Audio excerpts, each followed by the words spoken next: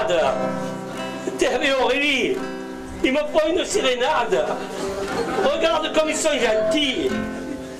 Je leur ai fait du bon pain et ils viennent me remercier à leur façon. Pas. Et regarde là, et dis-moi si elle te va comme ça.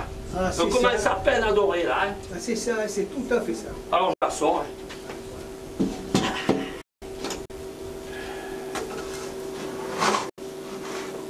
Pas fini à 4 heures juste. Alors pendant que ma première fournée sont cuite, je dors encore 1h30 là dans le pétrin. Et puis à 6h30, quand elle descend, ma femme me réveille. Je sors ma première fournée et je prépare l'autre pour 10h. Dis-moi au fait, oh, de quel côté tu vas chasser? Tu t'es endormi? Ah, c'est pas bien grave, va, je me suis réveillé tout seul. Au fond, nous ferions bien d'acheter un réveil le matin. Ça te permettra de dormir un peu plus longtemps. Oh, Aurélie, mais c'est une blague. Aurélie.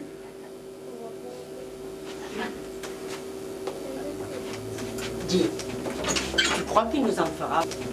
Tu crois qu'il nous en fera avant midi? Ouais, au conseil, je donnerai un coup de main si c'est nécessaire. Je sais pas. Elle s'est cachée. Mais où? Je sais pas. Je l'ai laissée dans le lit à 2h du matin. Et maintenant, à sa place, il y a un paquet d'oreillers. Et elle n'est plus là.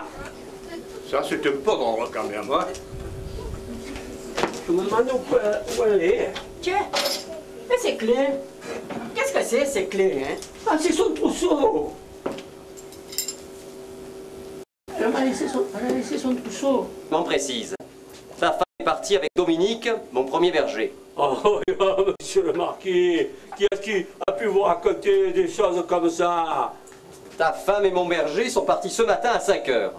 Et pour s'enfuir, ils ont volé Scipio, mon plus beau cheval. À cheval? Il aurait emporté à cheval? Mais il en aurait du culot celui-là, dites. Et si elle tombe et qu'elle se casse une jambe? Et où, monsieur Aurélie? Vous penserez à tout sauf à ça. Mais vous savez pas que moi, Aurélie, il a fallu que je lui fasse la cour pendant 3 ans avant qu'elle me dise oui. Et encore, c'était pour l'épouser. Sachez que toute femme a besoin d'un berger.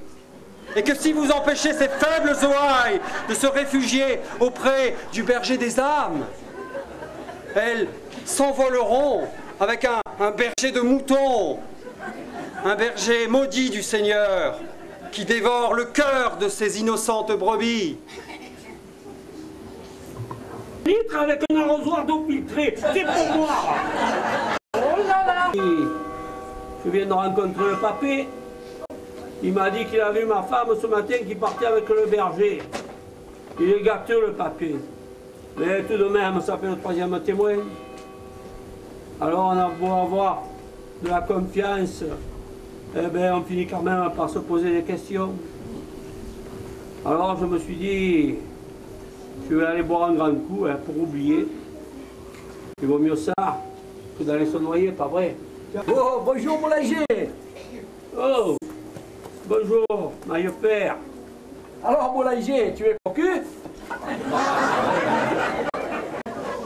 Oh, non. Ça, c'est un mot rigolo. Un mot pour quelqu'un de riche. Moi, tu vois, si c'était vrai, je ne serais pas cocu. Je serais malheureux. Ce n'est pas pareil. À la tienne, maillot fer. On n'a pas d'argent, hein? Qui est amable? Quand est-ce que vous en ferez du pain? Du pain? Quel pain? Notre pain?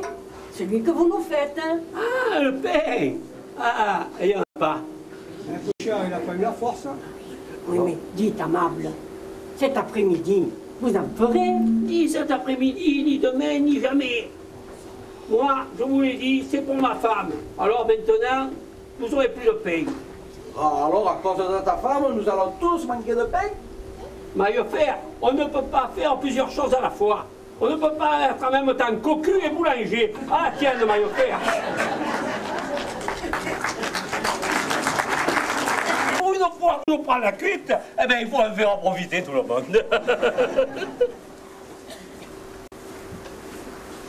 Au fait, monsieur le marquis, vous savez chanter en italien?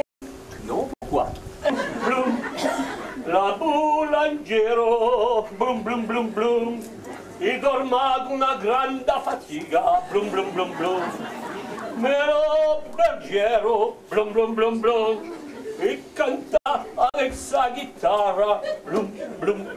Oh, la femme que tout me plaît. Parce que tu pourrais suivre toute ta vie le peloton des élèves cocus, eh bien tu n'y arriverais pas. Parce que pour y arriver, il faut avoir une jolie femme. Tandis que la tienne, mon pauvre maillefert, elle a plus de poils au menton que de roses autour des pitons. Pierre, il y a des enfants qui écoutent. Il y a des jeunes filles. Les jeunes filles, elles peuvent s'amener toutes seules. Allez-vous-en, fille.